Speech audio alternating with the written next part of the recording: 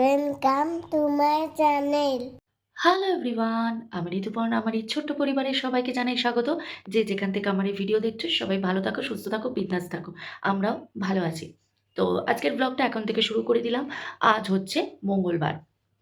তো আজকের ব্লগটা একটু পর থেকেই স্টার্ট করছি। শরীরটা ভালো না। তো এইজন্য শ্রিয়ানকে স্কুলে মানে সকালে আর ভিডিওটা স্টার্ট করিনি। শ্রিয়ানকে স্কুলে-টুলে মানে বাসে তুলে দিয়ে চলে এসেছি। এসে একটু কিছুক্ষণ শুয়েছিলাম। তো দেখেছো বিছানাপত্রের কি অবস্থা? সব পড়ে রয়েছে, এগুলো গোছাতে হবে। তো তার আগে চলো একটু খেয়ে নিই। এখানে ব্রেড রয়েছে। তো আজ তো মঙ্গলবার। তো আজ আমাদের নিরামিষ। তো এইজন্য আজকে শরীরও ভালো না। তাই আর কিছু সেরকম ব্রেকফাস্টও কিছু করিনি। মা একটু ব্রেড দিয়ে গেল। এই ব্রেডটাই এখন একটু খাবো এখন। দেন তারপরে দেখি শরীরটা খেলে নিশ্চয়ই শরীরটা ভালো লাগবে। তারপরে বিছানাপত্র সব গোছাবো। গুছিয়ে দেখি আজকে কি রান্নাবান্না হবে। মার সাথে একটু ডিসকাস করে নেব। করে তারপরে রান্নার দিকেও যাব। যেহেতু আজকে নিরামিষ তাই জন্য একটু ডিসকাস চলে যে কি হবে নিরামিষে শর্টকাটে কি করা যায় সেটাই আরকি মানে প্ল্যান প্রোগ্রাম করি। অন্য সময় কি হয় মাছ-টাছ হয়, চাপ থাকে না। মাছ আর একটা সবজি হয়ে যায়। বাট নিরামিষে কি হয় আমার বেশি রান্না করতে ভালো লাগে না। একদম অল্পের উপর দিয়ে রান্না করতে ইচ্ছা করে। তো ব্রেকফাস্টটা করে নিই। করে নিয়ে তারপরে আ দেখব যে আজকে কি করা যায়। সেটা তো সব অবশ্যই তোমাদের সাথে শেয়ার করব। শুধু সকালবেলা থেকে শরীরটা ভালো ছিল না বলে বুঝতেই পারছো যে আমি একটু শুয়েছিলাম আমাকে দেখে। তো এই আরকি। তো চলো ব্রেকফাস্ট করে নিই। এখন কিন্তু অনেকটাই বেলা হয়ে গেছে। বুঝতেই পারছো ব্রেকফাস্ট করছি যখন অনেকটাই বেলা হয়ে গেছে। তো চলো দেখতে থাকো আজকের ভিডিওটা। চলতে থাকো আরো একটা দিন আমার সাথে। আর এনজয় করতে থাকো এই সুন্দর মুহূর্ত। অনেকক্ষণ বাদে কিন্তু তোমাদের সামনে চলে এসেছি। সেই যখন ব্রেকফাস্ট করছিলাম তখন তোমাদের সামনে এসেছিলাম। শরীরটা ভালো ছিল না বলে শুয়েছিলাম। তো এখন কিন্তু আমার শরীর একদম ঠিক আছে। আর দেখো সুন্দর ফ্রেশ হয়ে কিন্তু আমি একদম বসে গেছি। সুন্দর করে সেজেগুজে মানে চুল আঁচড়ে নিয়েছি। একটু সুন্দর করে একদম পুরো ফ্রেশ হয়ে গেছি। তো আজ যেহেতু আমাদের নিরামিষ, তো নিরামিষে কি বলো তো? একটা সমস্যা থাকে যে কি রান্না করব না করব। নিরামিষের দিনে না আমার ভীষণ টেনশন হয় যে আমি কি করব? তো এইজন্যই আরকি মানে চিন্তা ভাবনা করছি যে কি করব না করব। তো মায়ের সাথে ডিসকাস করলাম। করে টরে এইটুকু বুঝলাম যে আজকে ভাবলাম মাকে বলি চলো আজকে একটু পনির পোলাও বানাই আর টমেটোর চাটনি বানাই। একদম অথেন্টিক টমেটোর চাটনি সেরকম বানাবো। যেরকম বিয়েবাড়িতে তোমরা খাও টমেটোর চাটনি ঠিক ঐরকম বানাবো। আর তার সাথে পনির পোলাও বানাবো। তো সেটাই চিন্তা ভাবনা করলাম। তো চলো আজকের এই দুটো স্পেশাল রেসিপি কিন্তু অবশ্যই তোমাদের সাথে শেয়ার করব। তো দেখতে থাকো। তাহলে আজকের রান্নাটা মিস করো না। স্কিপ করলেই কিন্তু বুঝবে না কীভাবে আমি রান্নাটা করছি। তো চলো সব কিছু আগে রেডি করে নিয়ে আবার তোমাদের সামনে আসছি। তো আগে ভাবছি যে টমেটো চাটনিটা করি। কারণ ভাতটা যদি আগে করে নিই ভাতটা তো ঠান্ডা হয়ে যাবে। তো আগে ভাবছি টমেটো চাটনিটা করব। তো ফার্স্টে টমেটো চাটনিটা করে নিই। দেন তারপরে পনির পোলাওটা করব। টমেটোর চাটনির জন্য যা লাগবে সব কিন্তু আমি একদম কেটে কুটে রেডি করে রেখেছি। চলো তোমাদেরকে এক ঝলক দেখিয়ে দিই কী দিয়ে আমি টমেটো চাটনিটা করছি। তারপরে তো রেসিপি আছেই তোমাদের জন্য। তো চলো দেখতে থাকো। টমেটোর চাটনি, অথেন্টিক বেঙ্গলি স্টাইল টমেটোর চাটনি। ফার্স্টে টমেটোগুলোকে এরকম ছোট করে টুকরো করে কেটে নিয়েছি। আর লাগছে হচ্ছে ড্রাই ফ্রুটস, খেজুর, কাজু, কিশমিশ, আমসত্ত্ব আর পাঁচফোড়ন। ব্যাস এই দিয়ে আজকে আমি আমার টমেটোর চাটনিটা বানাবো। তো কড়াইতে কিন্তু সামান্য সর্ষের তেল দিয়েছি অল্প করে। এর মধ্যে ফার্স্টে দিয়ে দেব আগে পাঁচফোড়নটা। ব্যাস পাঁচফোড়নটাকে আগে ভাজা করতে হবে।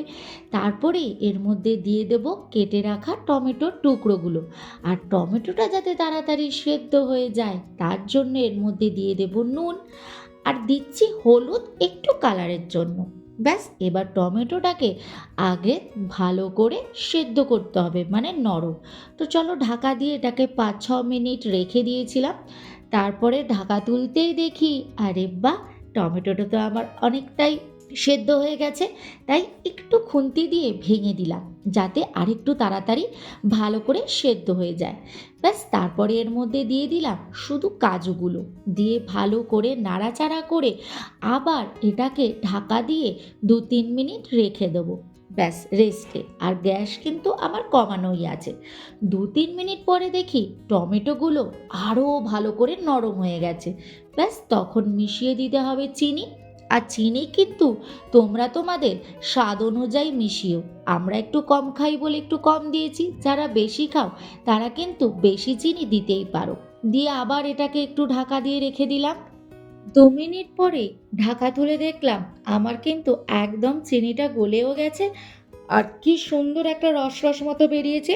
তারপর বাকি যে ড্রাই ফ্রুটসগুলো ছিল, যেমন খেজুর, কিশমিশ আর আমসত্ত্ব, ব্যাস ওগুলোকে লাস্ট দিয়ে ভালো করে নাড়াচাড়া করে নিলাম, মানে মিশিয়ে নিলাম। দেন এটাকে আবার একটুখানি ঢাকা দিয়ে রেখে দিয়েছি। ওই 1 মিনিট বলতে পারো, 1-2 মিনিট। ব্যাস 1-2 মিনিট পরে যেই তুলেছি, দেখেছো আমার চাটনি কিন্তু রেডি একদম। টমেটো চাটনি কিন্তু আমার হয়ে গেছে। তো চলো টমেটোর চাটনির ফাইনাল লুক তোমাদের সাথে শেয়ার করে দিই। চলো দেখতে থাকো। বলো তো কেমন হয়েছে চাটনিটা? উফ! আমার কিন্তু টমেটোর চাটনি একদম ভালো লাগে না।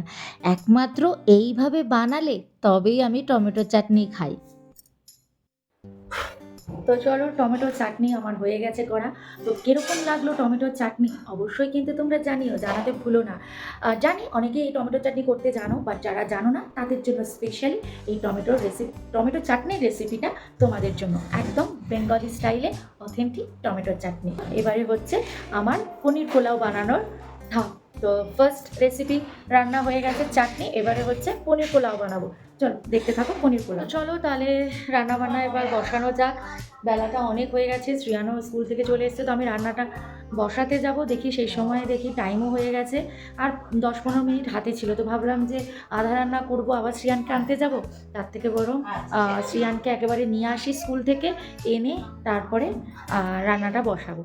পনির পোলাওর জন্য আমার লাগছে গাজর, বিনস, ফুলকপি, ক্যাপসিকাম, কড়াইশুঁটি আর পনির তো লাগবেই, আর কাজু আর কিশমিশ। পনিরগুলো কিন্তু আমি একদম ছোট্ট ছোট্ট কিউব কিউব করে কেটে নিয়েছি। চলো এবার রান্নাটা শুরু করা যাক। কড়াইতে প্রথমেই নিয়ে নিয়েছি তেল আর ঘি, দুটোই একসাথে নিয়েছি। নিয়ে এবারে এর মধ্যে ফার্স্টে পনিরের টুকরোগুলো দিয়ে দিলাম, আর দিয়ে দিয়েছি অল্প নুন। এইবার এটাকে সুন্দর করে ভেজে নিতে হবে। দেখো ঠিক এই রকম টাইপের ভাজাগুলো হবে। তো এখানে কিন্তু আমার ভাজাগুলো হয়ে গেছে, পনিরগুলো ভেজে তুলে নিয়েছি। এবার একে একে এগুলো সমস্ত কিছু ভাজতে হবে। পনিরটা ভাজার পরে যেটুকু তেল অবশিষ্ট রয়েছে সেইটুকু তেল দিয়ে রান্না করব। প্রথমেই তেলের মধ্যে দিয়ে দিয়েছি গোটা গরম মশলা, এলাচ, লবঙ্গ, দারচিনি। তো গোটা গরম মশলা দিয়ে দিয়েছি। এবারে একে একে ফার্স্টে আগে দিয়ে দেবো এই যে কাজু আর কিশমিশ যেটা রয়েছে, ফার্স্টে এবার এটাকে দিয়ে দেবো। আগে এটাকে ভাজবো, তারপরে একে একে সবজিগুলো দেবো।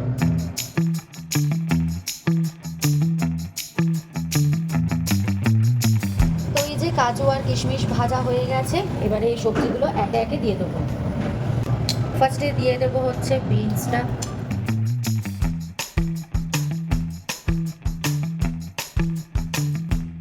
এখানে গাজর আর বিনস তো দিয়ে দিয়েছি। গাজর আর বিনসটা কিন্তু আমি হালকা ভাপিয়ে নিয়েছিলাম, একটু হালকা সেদ্ধ করা আছে। তোমরা চাইলে সেদ্ধ না করেও করতে পারো। আমি একটু ভাপিয়ে নিয়েছি, এত তাড়াতাড়িও হবে, প্লাস যেহেতু আমরা একটু তেল কম খাই, তো তাই জন্য একটু হালকা সেদ্ধ করে নিয়েছি। আর তোমরা চাইলে এটাকে সেদ্ধ না করেও ডাইরেক্ট ভাজতে পারো। তো আমার যেহেতু সেদ্ধ করা আছে, তাই জন্য আমি কিন্তু বিনস আর গাজরটা একসাথে দিয়ে দিলাম। ব্যাস এটা যে একটু ভাজা হবে, তারপরে এর মধ্যে দিয়ে দেবো হচ্ছে ফুলকপি আর ক্যাপসিকাম, কড়াইশুঁটি, এগুলো সব পরপর এবার দিয়ে দেবো, কারণ ফুলকপিটাও কিন্তু আমার হালকা ভাপানো রয়েছে, তাই ওটাও ভাজতে বেশি সময় লাগবে। এবার এর মধ্যে দিয়ে দেবো হচ্ছে একটু আদা বাটা। এই যে আদা বাটা এখানে দিয়ে দিলাম। ব্যাস এইটুকু আদা বাটা দিলেই হবে। তো এবার আদা বাটাটাকে ভালো করে চলো এটার সাথে ভেজে নিতে হবে। আদাটাও ভাজা হবে, এটাও, সবজিটাও ভাজা হবে। আদা আর সবজিটা যখন ভাজা হয়ে যাবে, তখন বাকি সবজিগুলো এর মধ্যে দিয়ে দেবো, আর দিয়ে দেবো সামান্য নুন। দিয়ে এইবার এই সবজিগুলোকে ভালো করে ভাজা করতে হবে। ব্যাস তাহলেই হয়ে যাবে। আর এবার সবজি টবজি সব ভাজা হয়ে গেছে। এই যে এইবারে কী কী দিচ্ছি দেখতে থাকো। ভাজা তো হয়ে গেছে সবজি সমস্ত, এবার কয়েকটা জিনিস দেবো, দিয়ে ভাতের সাথে মেশাবো। তো কী কী দিচ্ছি দেখতে থাকো। ফার্স্টে দিয়ে দিলাম একটু চিলি সস, সামান্য চিলি সস, তারপরে দিয়ে দিলাম সয়া সস। ব্যাস 2 চামচ মতো সয়া সস দিয়েছি, আর দিয়ে দিয়েছি গোলমরিচের গুঁড়ো। ব্যাস ভালো করে এবার এটাকে সবজির সাথে মিশিয়ে নিয়েছি। আমার এটা তো রেডি হয়ে গেছে, এবারে ভাতের সাথে শুধু মেশাতে হবে। ভাত কিন্তু আমি আগে থেকেই বানিয়ে ঠান্ডা করে রেখে দিয়েছি যাতে মেশানোর সময় ভেঙে না যায়। তো ভাত আগে রেডি আছে, এবার ভাতের সাথে মেশাবো। এবারে একটা বড় কড়াই নিয়ে নিয়েছি, এর মধ্যে ঘি আর তেল দুটোই দিয়েছি, রিফাইন্ড অয়েল দিয়ে একটু গরম করে আগে থেকে বানিয়ে রাখা ভাতটাকে এর মধ্যে মিশিয়ে নিচ্ছি, মানে ঘি আর তেলের সাথে আগে ফার্স্টে ভালো করে মিশিয়ে নিয়েছি। দেন তারপরে যে সবজিটা বানিয়ে রেখেছিলাম সেই সবজিটাকে এবার ভাতের মধ্যে দিয়ে দিয়েছি, দিয়ে ভালো করে কিন্তু ভাতটাকে মিশিয়ে নিয়েছি সবজিগুলোর সাথে। এইবারে যে পনিরগুলো আগে ভেজে রেখেছিলাম সেই পনিরগুলোকে ভাতের মধ্যে দিয়ে আবার ভালো করে মিলিয়ে নিলাম। ব্যাস এইভাবেই একদম সহজ পদ্ধতিতে পনির পোলাও আমার রেডি।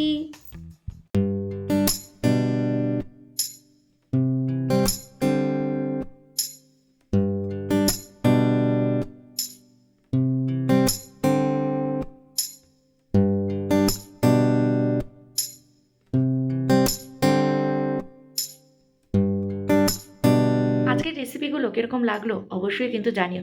স্পেশালি দুটো রেসিপি আজকে তোমাদের জন্যই শেয়ার করেছি। তো চলো ভিডিও এবার এন্ড করে দিই। আজকের ভিডিওটা কীরকম লাগলো অবশ্যই কিন্তু লাইক কমেন্ট শেয়ারের মাধ্যমে জানিও। আজকের মতো ভিডিওটা এখানেই এন্ড করলাম। আবার দেখা হচ্ছে নেক্সট ডে আরেকটা সুন্দর ব্লগের সাথে। ততক্ষণের জন্য বাই। সবাই ভালো থাকো, সুস্থ থাকো, বিন্দাস থাকো। Thank you. Please subscribe.